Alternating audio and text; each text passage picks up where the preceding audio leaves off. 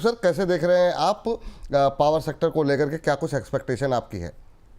Sir power sector अभी चला नहीं, बहुत टाइम से ही कंसोलिडेशन कर रहा है। और मैं शॉर्ट टाइम में मुझे लगता नहीं कि इमीडिएट लेवल पे कुछ ऊपर आने वाला है, लेकिन मीडियम टाइम का भी अगर मैं बात बोलूंगा नेक्स्ट 6 से 8 महीने का, तो मुझे लगता है कि 6 से 8 महीने में बेस बन के और फिर से ऊपर भी आने वाला है। तो दो स्टॉक ही मेरा फेवरेट है, एक है टाटा पावर और एक है अदानी पावर। अदानी पावर का बीटा थोड़ा हाई है तो ज्यादा वॉलेटाइल रहता है अदानी पावर, और टाटा पावर थोड़ा शांत कंपनी है। तो अगर रहना है तो मेरे हिसाब से टाटा पावर और अदानी पावर मेरे तरफ से रिकमेंडेशन रहेगा।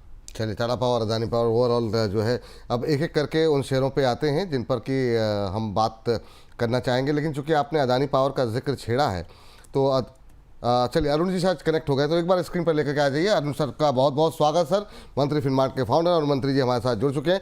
अरुण सर, मार्केट पे आपकी राय हम बाद में लेंगे, अभी हम बातचीत कर रहे हैं थोड़ी सी पावर के बारे में। और अरुण सर के साथ पहले भी, मतलब अलग संस्थान में भी हम लोगों ने काफ़ी पावर को लेकर के बातचीत की है। सर पावर चला नहीं सर, क्या कुछ आपकी पहली टिप्पणी पावर पे? अब आपका व्यू अभी क्या है? क्योंकि लंबे समय से लोग होल्ड करके बैठे हुए हैं, लेकिन ये मानसून और तमाम सब कुछ चला, लेकिन पावर नहीं चला। क्या कमेंट है सर आपका, क्या टिप्पणी रहेगी?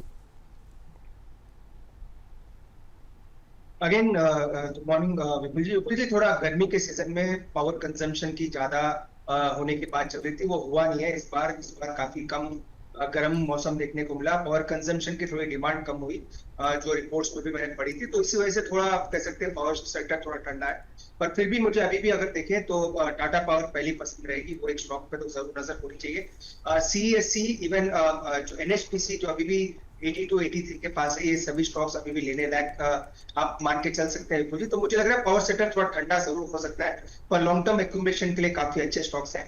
ट्रेडिंग के लिए कोई मोमेंटम नहीं है विपुल जी, तो फिलहाल ट्रेडिंग की कोई इसमें राय नहीं है जब तक मोमेंटम कैरी आउट नहीं होता। पर लॉन्ग टर्म के लिए मुझे लग रहा है पावर सेक्टर अभी भी काफी अच्छा है। काफ़ी अच्छा। चलिए, अब एक एक करके आप लोगों से, पहले तो जिन शेयरों पे आप लोगों ने बात की है उसके भी लेवल, और बहुत सारे लोगों के जो सवाल हैं, उस सवाल क्या मतलब लोगों की जो पोजीशन है उस पर भी बातचीत हो जाएगी। अभी आप अदानी पावर का जिक्र कर रहे थे यहाँ पर। प्रदीप जी जरा लेवल बताइए, अभी कैसा लग रहा है करंट लेवल पे? जिनको फ्रेश बाय करना हो कहाँ करें, जिनके पास है उन्हें क्या करना चाहिए? प्रदीप जी। देखिए, जिस तरीके का रैली यहाँ पे बीच में रहा है और हमने अदानी पावर में देखा, 3 बार 600 के ऊपर सस्टेन हुआ था। एक दिन का हाई था 608, सेकेंड एक बार जब 600 के ऊपर आया उस दिन का हाई था 619, और फिर से एक बार 600 के ऊपर आया था, 612-13 के आसपास आई था। 3 बार ही फेल होके नीचे आ गया, 584 के आसपास चल रहा है।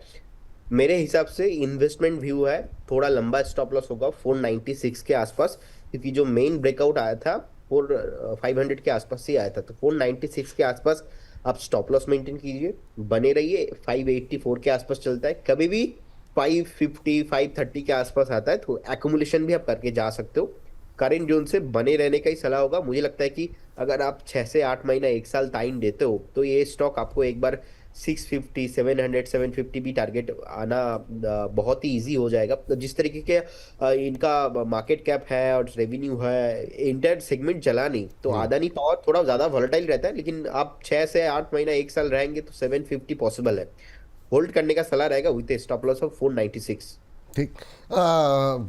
नाम लिया गया अरुण सर की तरफ से एनएचपीसी का। बहुत बड़ी संख्या में रिटेलर्स की पोजीशन है यहाँ पर। रिजल्ट्स ठीक रहे थे, बहुत ख़राब नहीं कह सकते रिजल्ट्स को, उसके बावजूद शेयर चलने को राजी नहीं है।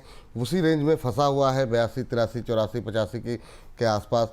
बीच में 90 के ऊपर क्रॉस भी किया था एक बार, तो चला नहीं, वापस आ गया। क्या लेवल्स देख रहे हैं सर एनएचपीसी में? बिल्कुल जी, अगर किसी ने शॉर्ट टर्म ट्रेडिंग के लिए लिया है, 79 का एक स्टॉप लॉस है, वो यूनिवर्सल है आप कह सकते हैं। जिन्होंने शॉर्ट टर्म या कुछ ही दिनों के लिए लिया है तो उनका स्टॉप लॉस 79 होना चाहिए। पर मुझे लग रहा है अगर कैलकुलेशन करते हैं तो मुझे लग रहा है 97 98 वहां तक के टारगेट्स इसमें आ सकते हैं, थोड़ा अगर बड़ा व्यू रखते हैं।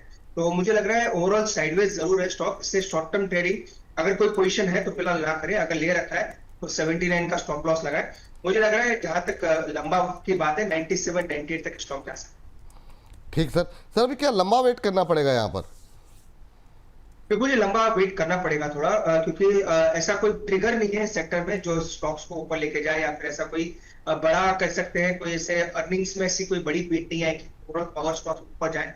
पर फंडामेंटल्स अच्छे हैं, कोई जब भी कुछ ट्रिगर आएगा या जब भी मोमेंटम सेक्टर में बनेगा तो काफी अच्छे रुझान इसमें देखने को मिल सकते हैं। इसलिए वैसे भी स्लो मूवर है पर अच्छा डिविडेंड देता है स्टॉक, तो इसलिए लॉन्ग टर्म में कोई दिक्कत नहीं है।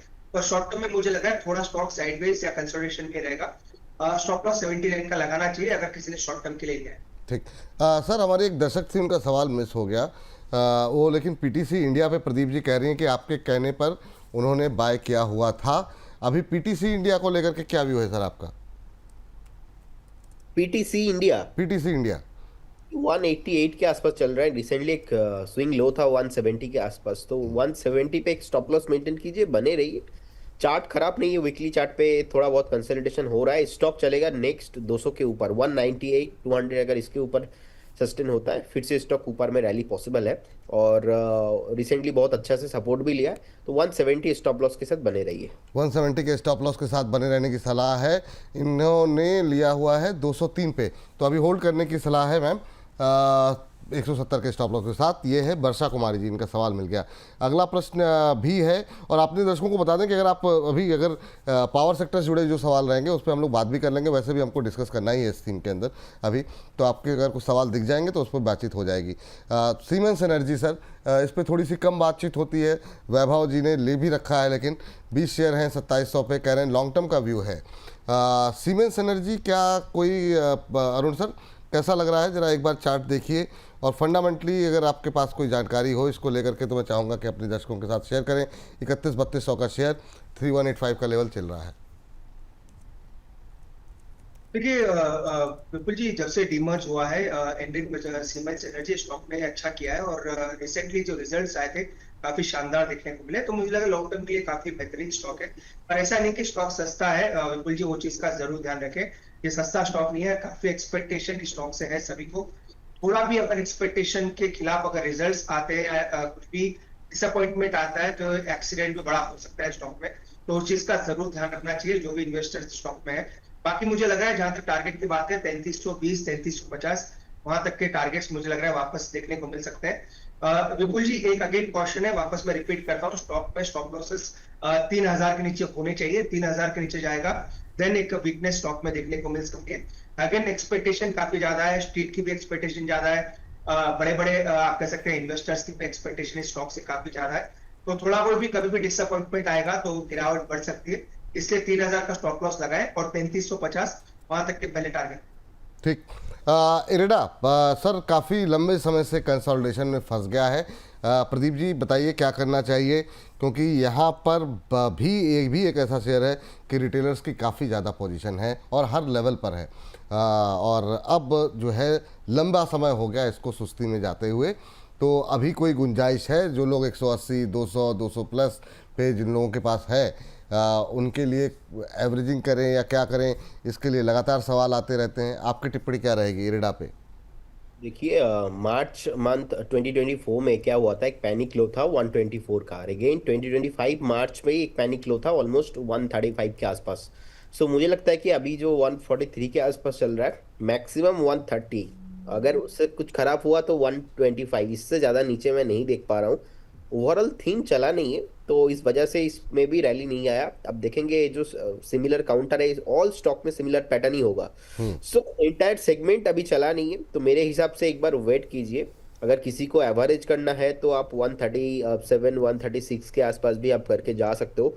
बेस अभी नीचे के साइड जो अभी नीचे आ रहा है, अभी करेंटली बेस बिल्ड नहीं हुआ, लेकिन लास्ट टाइम 2024 का स्टॉप सपोर्ट है ऑलमोस्ट 125 स्ट्रॉन्ग सपोर्ट है, और 25 का भी स्ट्रॉन्ग सपोर्ट है 135 के आसपास। सो आई डोंट थिंक कि उससे ज़्यादा नीचे जाना चाहिए, होल्ड करने का ही सलाह होगा आपको। जैसे ये सेगमेंट भागेंगे आपको भी ये स्टॉक आपको फिर से 185 190 आते हुए दिखेंगे, तो होल्ड करने का ही सलाह होगा। होल्ड करने की सलाह है, थोड़ा सा धैर्य रखें। पावर सेक्टर अभी तुरंत नहीं चलने वाला है, थोड़ा सा नज़रिया जो भी आपका हो उसको थोड़ा सा बढ़ा लीजिए।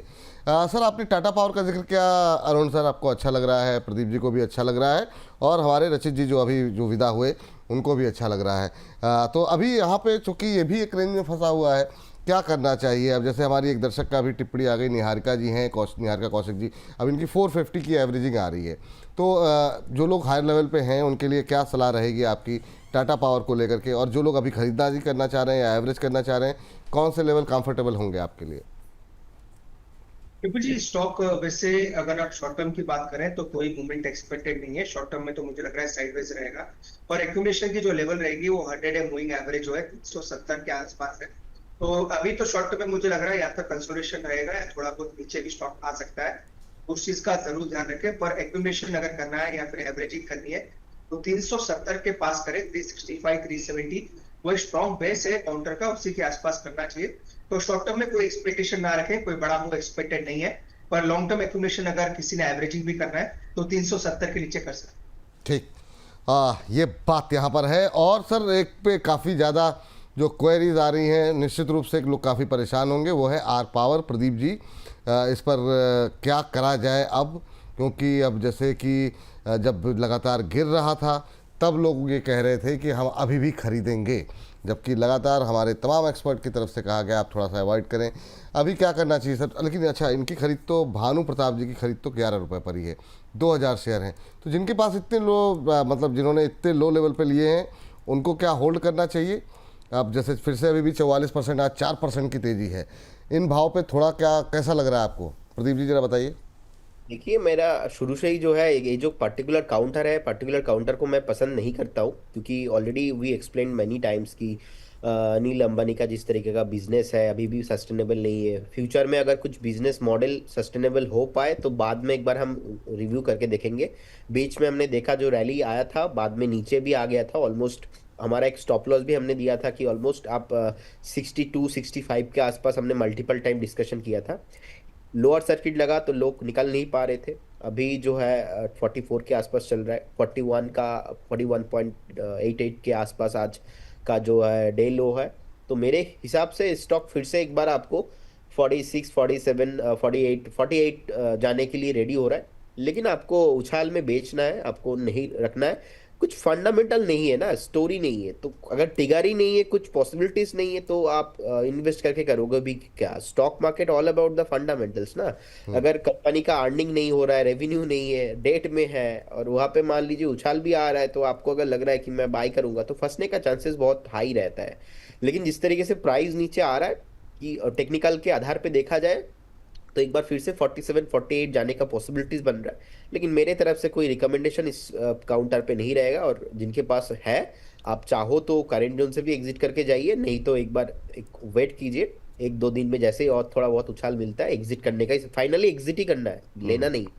तो फाइनली एग्जिट ही करना है। आपने 11 रुपये पे ले रखे हैं, आपने 60 रुपये पे ले रखे हैं, तो हर लिहाज से कोई बाउंस बैक मिल रहा है। आप लोअर सर्किट में फंस गए थे, एग्जिट करने का मौका है। ये टिप्पणी यहाँ पर है। और अगली टिप्पणी जेपी पावर को लेकर के काफ़ी सारे सवाल हैं। हमारे एक दर्शक ने 8 रुपये पे 1000 शेयर रखे हुए हैं। इसमें भी काफ़ी एक्सपेक्टेशन, काफ़ी ये जो एक्विजिशन की खबर आई अरुण सर, उसको चलते काफ़ी लोगों ने नई पोजीशन भी डेवलप की हुई है। 20 21 रुपये, 22 रुपये के आसपास, 24 25 तक गया भी। आपकी टिप्पणी क्या रहेगी जेबी पावर पे? अगेन विपुल जी, ये सब होप वाले स्टॉक आप मान के चल सकते हैं। विपुल जी, काफी मेरी और आपकी काफी बार डिस्कशन होती है, मैंने हमेशा से कहा है रिलायंस इंफ्रा, रिलायंस पावर और जो भी छोटे स्टॉक्स है जिनमें ट्रेडर्स की होप काफी ज्यादा है पर वो चीज कभी देखने को नहीं मिलती है। सुजलॉन में जरूर एक टर्न अराउंड आया, तो वो एक अच्छा खाली वो एक स्टॉक है जिसने अच्छा परफॉर्म किया है। पर अगेन जेपी पावर, अगर टेक्निकली जहां तक बात है, 17 से 18 के पास ही सपोर्ट है, उसी के आसपास स्टॉक चल रहा है। तो मेरी सलाह क्लियर यही रहेगी, स्टॉप लॉसेस मेंटेन करें, ज्यादा होप ना बनाए। 17 के आसपास भी एक स्टॉप लॉस लगा के रखें। फ्रेश खरीदारी की सलाह वैसे भी नहीं है, अगर ले रखा है तो 17 का स्टॉप लॉस लगाए। और कोई होप रैली या फिर किसी भी चीज के उसमें ना पड़े, स्टॉप लॉस जरूर लगाते। चलिए ठीक है, होप रैली की उम्मीद ना पालें इस तरह के शेयरों में। अगली टिप्पणी क्वालिटी पावर को लेकर के लोग जानना चाह रहे हैं। प्रदीप जी आप देखिए ज़रा, क्योंकि अब हमारे पास 1 2 मिनट का समय रह गया, उसके बाद अगले सेगमेंट का रुख करना है। हर्ष जुड़ चुके हैं। क्वालिटी पावर आज 2% के आसपास की गिरावट। एक बार आपने इस पर ट्रेडिंग कॉल भी दी थी, टारगेट हिट भी हो गए थे, लेकिन अगर उस ट्रेडिंग कॉल को हटा दिया जाए, बहुत लोगों के पोर्टफोलियो में है भी, कुछ लोगों ने बाद में भी लिया, कुछ लोगों ने पहले, अभी क्या करना चाहिए?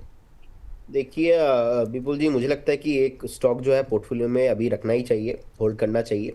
और आज कल कल भी हमने देखा कि ऊपर से थोड़ा बहुत हल्का हुआ है, अभी 773 के आसपास चल रहा है।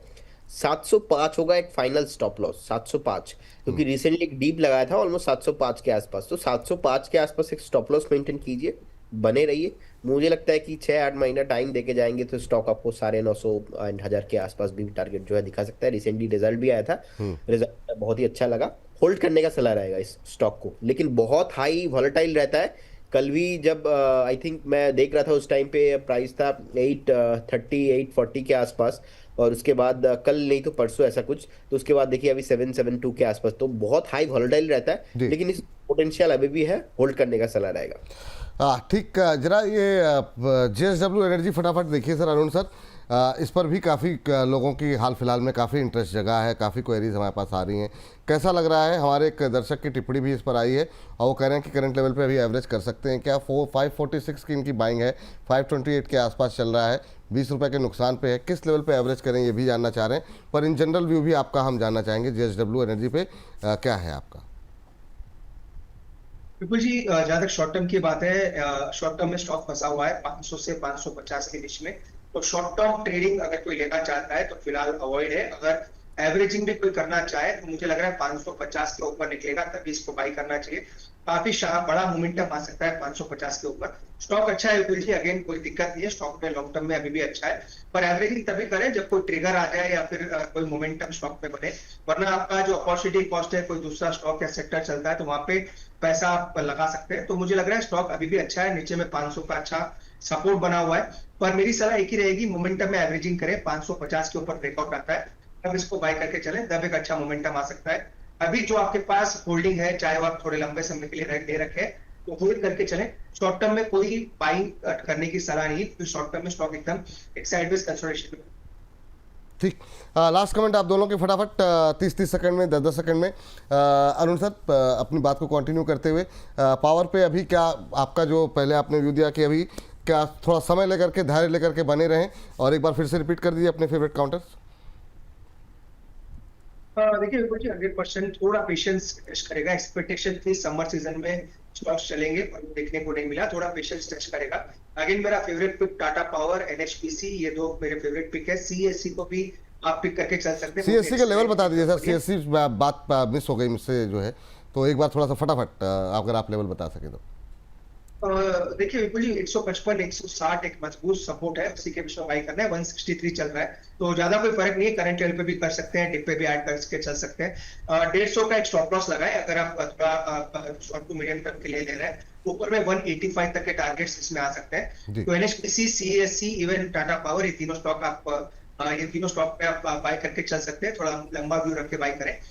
बाकी और भी स्टॉक्स हैं विपुल जी, जो ट्रेडिंग के लिए शेयर कर सकते हैं। फिलहाल ये तीन आप लंबे अवधि तक के लिए बाय करके चल सकते हैं। लंबे अवधि के लिए चलिए। लास्ट कमेंट प्रदीप सर, इस सेगमेंट का आपकी टिप्पणी क्या रहेगी?